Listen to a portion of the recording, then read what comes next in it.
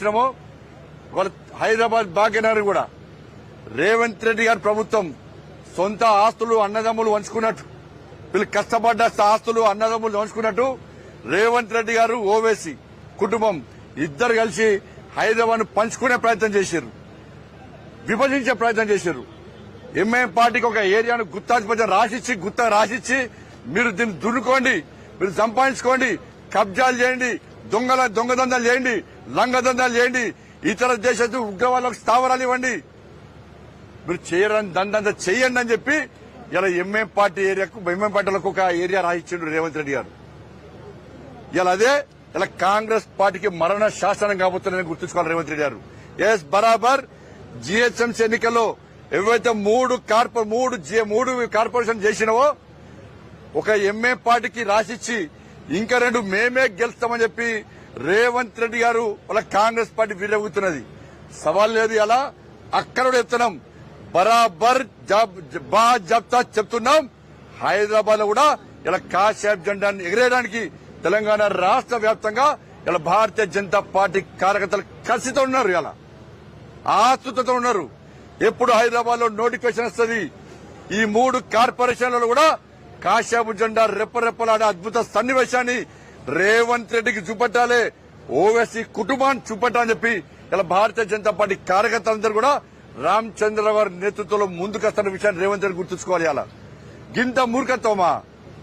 రాజకీయాల కోసం ఎంఏ పార్టీకి దాసోహమై ఎంఏ పార్టీ మోచేతి నీళ్లు తాగి ఒక ఏరియాను రాసిస్తే ఇలా భారతీయ జనతా పార్టీ కార్యకర్తలు చేతులు ముడుచుకొని కూర్చోలేరు. కార్యకర్తలు రగిలిపోతున్నారు, ఆవేశంతో ఊగిపోతున్నారు. ఎట్టి బస్లో కాంగ్రెస్ పార్టీకి ఎంఏ పార్టీ గుణపాఠం చెప్పాలని చెప్పి వాళ్ళు రెడీగా ఉన్న విషయాన్ని ఇలా కాంగ్రెస్ పార్టీ ప్రభుత్వం ఇలా ఎంఏ పార్టీ గుర్తుంచుకోవాల్సిందిగా అందరికీ విజ్ఞప్తి చేస్తూ ఇలా ఇంత కష్టపడి పనిచేసేటువంటి ఫస్ట్ ముందుగా నా భారతీయ జనతా పార్టీ కార్యకర్తలు నిజంగా hats off. Bharatiya Janata party అభ్యర్థులను ఆశీర్వదించినటువంటి ఇలా కరీంనగర్ ఓటర్లకు నిజంగా హ్యాట్స్ ఆఫ్. కష్టపడి ఇంటింటికి తిరిగి ఓట్లను అభ్యర్థించినటువంటి నా అభ్యర్థులకు హ్యాట్స్ ఆఫ్. ఇలా ఇవన్నిటికీ కారణం నా తల్లి మహాశక్తి మాత. ఈ విజయం ఆ తల్లికి అంకితం. నా దుర్గమ్మ, నా లక్ష్మమ్మ, నా సరస్వతమ్మ, ఆ 3 తల్లుల ఆశీర్వాదమే ఈరోజు ఈ విజయానికి మూల కారణం. నమ్ముకున్న తల్లిని నమ్ముకున్నా, నేను నా మహాశక్తి అమ్మవారిని నమ్ముకున్నా. తల్లి సేవ చేసే అవకాశం మంచి అభ్యర్థులు అందించు. ఇలా కరీంనగర్ మేయర్ బాధ్యతను ఇలా భారతీయ జనతా పార్టీకి అప్పించు తల్లి అని చెప్పి ఆ తల్లిని వేడుకున్నా. ఆ తల్లి ఆశీర్వాదం ఇలా ఈ గెలుపుకు ప్రధాన కారణం. ఇప్పుడు రాబోయే రోజుల్లో కూడా ఆ తల్లి ఆశీర్వాదంతో తప్పకుండా ప్రజల ముందుకు వస్తాం, ప్రజలకు అందుబాటులో ఉంటాం. ఎక్కడ అవినీతికి ఆస్కారం లేకుండా, అక్రమాలకు ఆస్కారం లేకుండా నరేంద్ర మోడీ గారి ఇచ్చిన నిధులను నీతిగా, నిజాయితీగా, నిబద్దతతో ప్రజలకు అందే విధంగా ఇలా అభివృద్ధి ఎంతో చేసి చూపడతామని చెప్పి ఈ సందర్భంగా ప్రజలకు హామీ ఇస్తూ కార్పొరేషన్ పూర్తిగా ప్రక్షాళన చేస్తాం. ప్రజలు కార్పొరేషన్ చుట్టూ తిరగడం కాదు, నాయకులే ఇలా ప్రజల వద్దకు వెళ్లే విధంగా ఇలా సునీల్ రావు గారి లాంటి నాయకులందరూ అవగాహన ఉన్నటువంటి నాయకులు, పూర్తి దీని మీద అన్ని విషయాలు తెలిసిన నాయకుల యొక్క సహకారంతో తప్పకుండా సేవ చేయడానికి సిద్దంగా ఉన్నామని చెప్పి ఈ సందర్భంగా తెలియజేస్తూ అభ్యర్థులందరూ కూడా కష్టపడి పనిచేసిన అభ్యర్థులందరూ కూడా గెలిచినటువంటి అభ్యర్థులందరూ కూడా హృదయపూర్వక శుభాకాంక్షలు తెలియజేస్తూ పోటీ చేసిన ప్రతి ఒక్కరు కూడా వాళ్ళందరూ కూడా ఏదో విధంగా ఓడిపోవడం, ఎన్నికల్లో గెలిపోవడం సహజమే. ఓడిపోయిన అభ్యర్థులందరూ కూడా వాళ్ళు ఏదో ఓడిపోయామని చెప్పి అట్లా కాదు, ప్రజలు కష్టపడి పనిచేసారు. ప్రజల ఆశీర్వాదం వాళ్ళకు ఉంది. వాళ్ళ సేవలు ఉపయోగించుకుంటాం.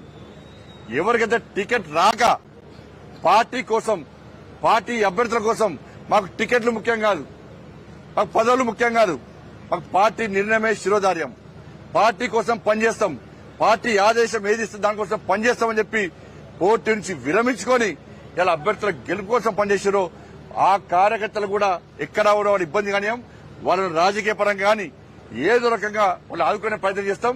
ఇక్కడ కార్యకర్తలందరూ కూడా మండల నుంచి కార్యకర్తలు పనిచేసారు. వాళ్ళందరూ కూడా కష్టపడి పనిచేసారు.